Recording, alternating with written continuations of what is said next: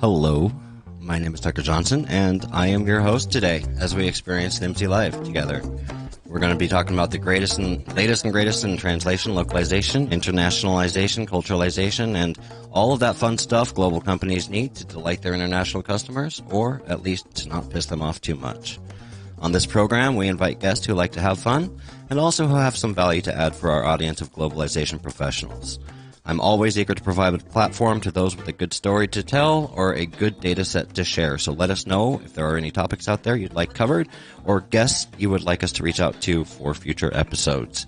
If you haven't already done so, please make sure to subscribe to NIMSY Insights on what other platform you are watching this on. We are live on Facebook, Instagram, Twitter, and of course LinkedIn. We like to hang out here on LinkedIn because that's where all of our friends are on LinkedIn.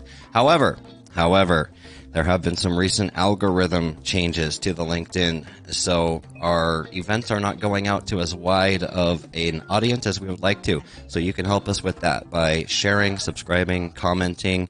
If you like what we talk about here today, make sure to share that with your network so that everybody can get value out of it.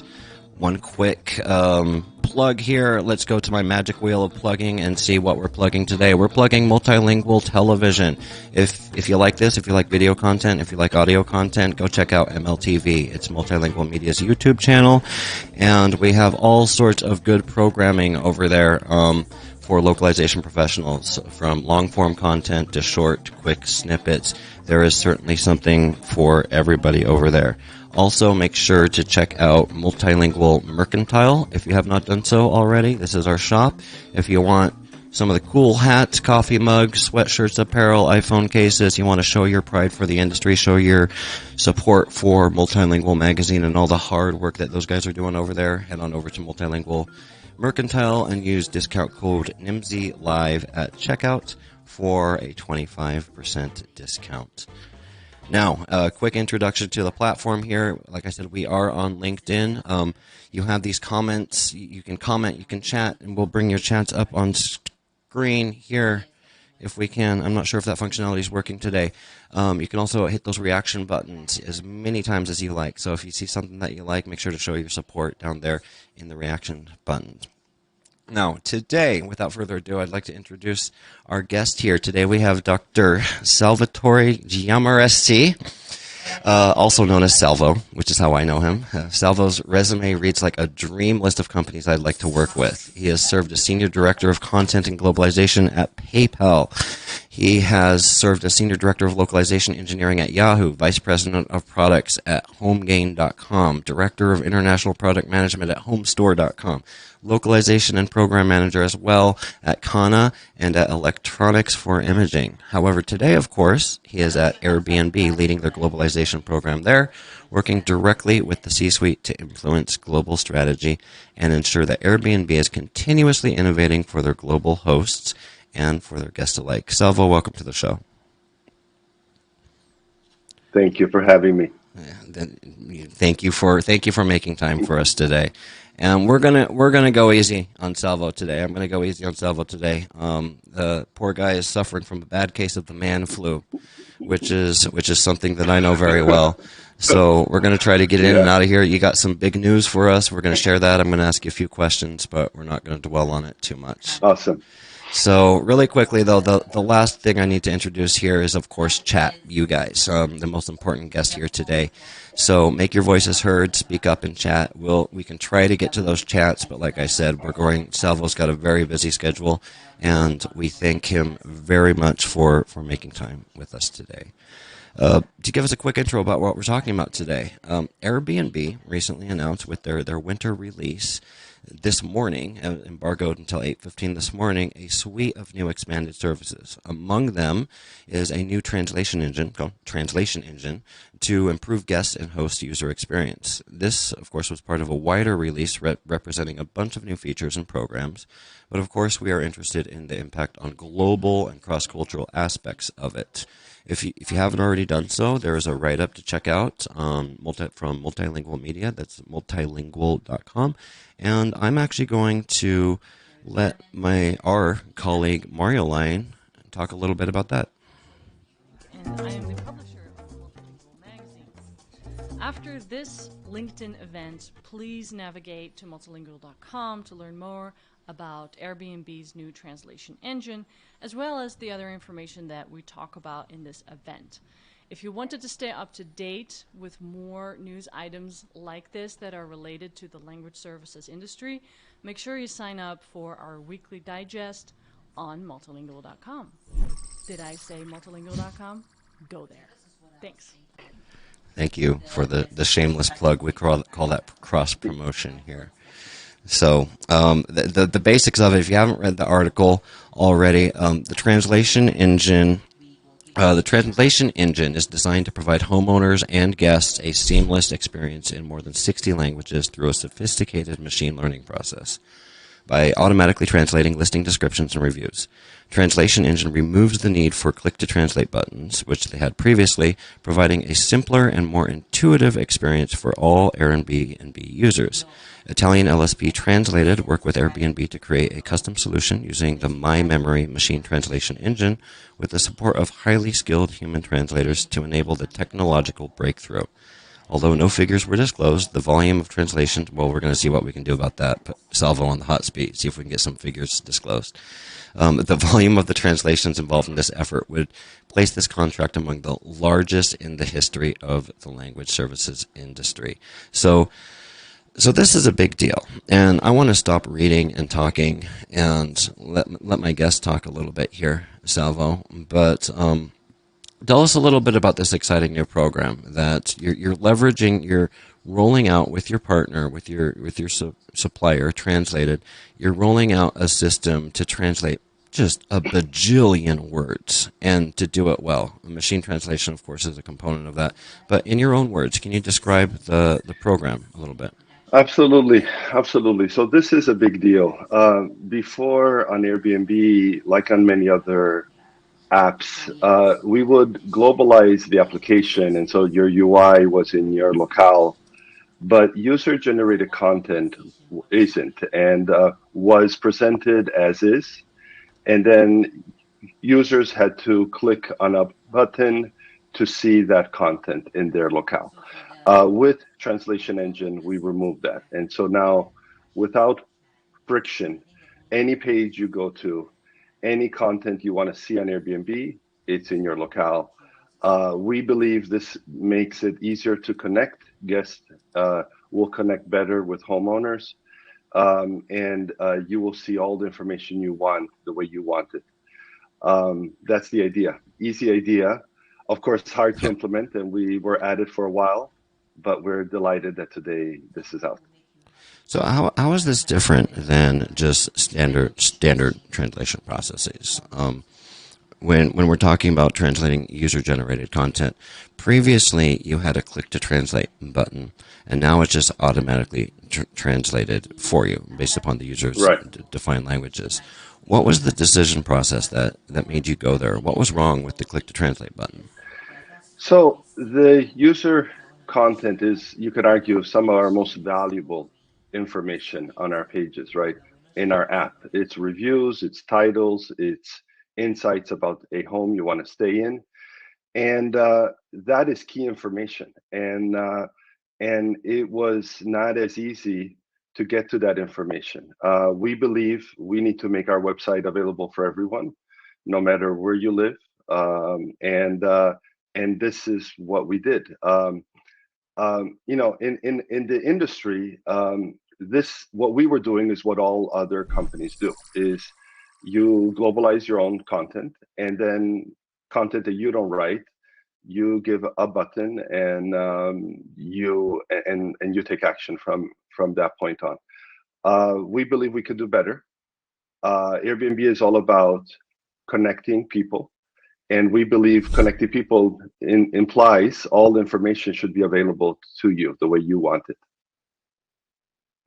This is something, too, that this isn't just the globalization department that's worried about this. This isn't some harebrained scheme that you cooked up with the solutions architects over at your supplier.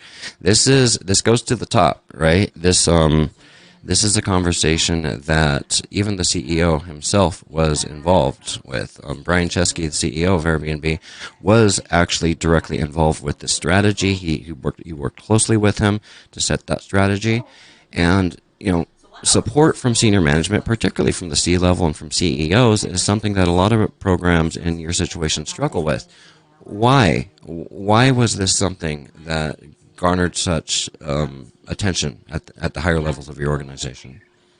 Because this is connected to to what Airbnb is all about. Airbnb, as I said, is all about connecting individuals. And Brian and everyone in the company, when I outlined this feature, got it. They got it that this was huge. And you're right, this was not an invention or an innovation that we just did in our tiny organization. This impacted all teams across Airbnb. We had to work with more than 100 individuals across all departments to make this happen. This content appears in many pages, in many flows. And so we had to work with all of them to make sure the interface, the interaction, the velocity, quality, everything was excellent. And so it was a big effort. But you're right, top down, everyone was convinced this was a big thing. And it's great to work in an organization like Airbnb that believes in this, that believes in connecting individuals no matter where they live. And that brings me to a point. This is not just translating your content, translating your brand messaging, over which you would presumably have a larger deal of control over. This is translating basically user-generated content, essentially. Correct. What are some of the complexities with user-generated content that you had to work around, or that you found along the way that perhaps you wouldn't have if it was just branded marketing content or product content? And so one big thing is, of course, the volume of it is humongous, right? We have so many reviews, pages, homes, and so the volume was a big factor. Another factor was performance. We had to have the best performance we could on our pages. And then the quality. We worked hard. We believed that if we had to remove that button and that interaction, the quality had to be the best. And so we worked hard on all of those, the different elements, and happy to report that we got everything that we asked for. We got better quality, better velocity, and we're able to handle all this volume at ease. And so again, I cannot disclose everything we did, of course, but I can just highlight that the bar we put out for ourselves was very high. This product would have not gone out if we didn't believe in it, and it had to get to those high bars on quality, performance, and everything else. And that's why we're excited today. We're excited that we can present this. I can present this on behalf of Airbnb, my team. As I indicated, there's so many individuals that worked on this across all of Airbnb. Yeah, it sounds like a lot of cats to herd. I do not envy you. I understand why you're sick. Your immune system is probably shot because you're probably not sleeping. So, drink some lemon water, because yes. I still got a few more questions for you here. Let's do a few more. Just a few more. Just a few more. So you talk about scale, just the sheer scale of this. And I remember you were in the news preparing for this talk. I was reading about your interview with Slater. I believe it was from last year, and you're talking about 1 million words a year. Right. And that probably seems, in retrospect, like a small number. So first, I'd like to ask, how many words do you think you're going to be doing in 2022? If you had to guess, it's a guess. It's not company confidential forecasting. It's a guess, right? It's a gazillion words. A gazillion. Okay, you heard it here first, guys. A gazillion words next year in 2022. We'll hold you to that. It's a lot of content. Yeah. And I'm proud that we have infra that can take all of that content in every day from all flows, from all teams, and work with our partner. And the engine is it is awesome. What we built is awesome. We can take any amount of content in, and that's what we do every day. And you talk about your partner, so let's talk about it. I mean, it's public knowledge that you're working with Translated Absolutely. out of Italy, the Italian connection there. Surprise, surprise. Great partner. Great they partner. Are an awesome partner. We love those guys too. Shout out to Translated folks. If you're watching, say hi in the chat, please. But why Translated? Why? Not even why Translated. I would just say, what were the criteria that you use when selecting the right? Because this is not a traditional localization program. I'm sure you're looking for somebody that can display innovation, forward thinking, and willingness to experiment. I'm answering your question for you. What were some of the criteria that you are answering the question? I'm doing you a favor here. I know you're struggling. You are right. You're right. We were interested in a partner that could innovate with us, who had automation as one of their main factors in their DNA, who had great people, philosophy of how to operate that connects with ours. And this partnership is so great that it's like we're one team. And so I would say if there's one element is that one element is having a vendor that is not a vendor, but is a partner, is as if they were part of my team. They feel part of our team every day. We talk every day. And that means that they bend with us, and that means that they adapt with us. And that means that when we come up with big ideas, we work together to make them happen. What we're communicating today would have not happened without them. And so that's overall why we selected them. They're great at what they do, but also they combine awesome, how they work it combines with how we work. And so we couldn't ask for anything else from a provider. Very cool. Thank you. And last thing, not the very last thing, but that takes us into, we're talking about scale, we're talking about the partners that you chose to innovate. And of course, technology plays a huge role in this, specifically machine translation, the machine learning. That's meaning those automated translations are constantly getting better and better and better. Now, everybody's using machine translation. This isn't 2012, right? Like, you don't get extra credit for using machine translation. You don't get kudos. But using machine translation at this scale and with the quality expectations and requirements that you have, this is somewhat new. So my question to you isn't how or why you're using machine translation, but rather what factors made it possible for you to explore the deployment of machine translation on such a scale with content that is so vital to the ongoing business that you're doing at AirBnB? Right. So you're correct. MT is available today to anyone, right? It's so easy that anyone can, as we were doing, right, have a button on your page, call in an API, call a third-party vendor, and get okay quality back. We thought, how can we do better? And to do better, we had to bring this in-house. We had to build our own infrastructure. We had to partner with a provider, as I said, who could work with us. Again, I cannot tell you everything we did, but a few elements, right? One was the engine is based on our content. And so the engine is not operating on internet content, that you can find anywhere. This is Airbnb's content. This is all the gazillions of all of the words we were indicating earlier that we go through every day.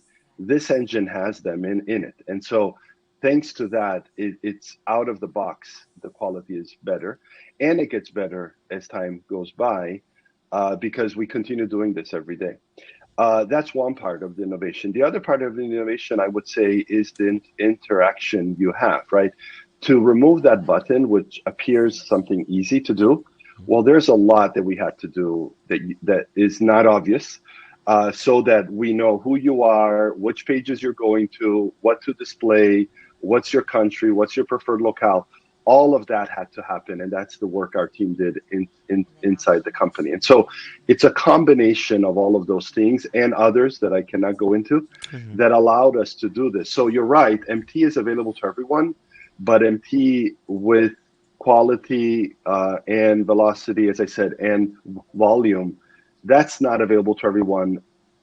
To make that available, you have to do in a way what we did, which is figure out how to make it very, very excellent for your company. And we have, I said we weren't getting into chat today, but but I do want to take a look at chat here just a little bit here. If I can get a control on it, just because I see some of our friends over at Translated. Kirti Vashi, their ears are burning. Kirti Vashi says the translation requirement in the modern era is to translate millions of words a day. This is not possible without really effective, continuously learning AI. And of course, a gentleman by the name of Marco Trombetti. You don't know that guy. I don't I know don't know. him. I've never heard that name before. I never heard it. I've never heard that name before. Well, no. Of course, audience. Marco Trombetti is the one of the owners and founders of Translated over there, and he says machine translation is now the default. This is a milestone in the history of translation, and AI. Congrats to Salvo and Airbnb. Thank you, Tucker Johnson. You are welcome. You are welcome, Marco. I agree. This is a big deal, not just for Airbnb, for the industry as a whole. I think, I believe in innovating, and I think Airbnb today is innovating. And I hope we inspire others in our industry to continuously innovate. There's so many things. It's just not technology. There's so many areas where we can innovate. And I believe in that. And so I am proud today to be here on behalf of my team and an Airbnb because this is a big deal for all of us. Indeed. And I'm going to start sliding this volume knob up and playing us out here to get you off the hook. I told you guys it's gonna be short and sweet today, but I do have one last question for Salvo, which I think people might want to or are interested in hearing about. I'm interested in understanding how you specifically brought this about. You've been a globalization leader at many different companies. I'm sure some of those companies had leadership that was receptive to your harebrained schemes and what you wanted to do with globalization, and you've worked for managers and C-suites that weren't as receptive. I don't want to focus my question on the C-suite, though. I want to focus my question on you. What did you do? And by extension, what can other globalization directors who may be watching and listening to this, listening on Spotify, of course, all of these episodes are available as podcasts. There's my plug. What can they be doing to be inserting themselves into the C-suite conversation and really leading their organizations on the global stage? So what I did, and I think my peers can do, is connect with the values of the company you're in. At Airbnb, as I indicated, we believe in connections, in human beings coming together. And that is what our industry is all about, right? Globalizing an app is about bringing an application to others and have empathy for those other people, no matter where they come from. And so that empathy that is the heart of Airbnb was that same empathy that powers what I do every day. And so that's how I got to the heart, I think, of people in the company, Brian and everyone else. And they got it, as I said. So what do I do? I am an advocate. Every day I advocate for everyone who is an Airbnb, no matter where they come from. And I advocate for having empathy for how they interact with our app, with our product. And I keep asking, how can we make it better? How can we make it better? That is an advice I would give to all of my colleagues in this industry. Ask yourself every day, how can you make your product better? And be involved with the product and the company as a whole. This, like what we're communicating today, it's not in a vacuum.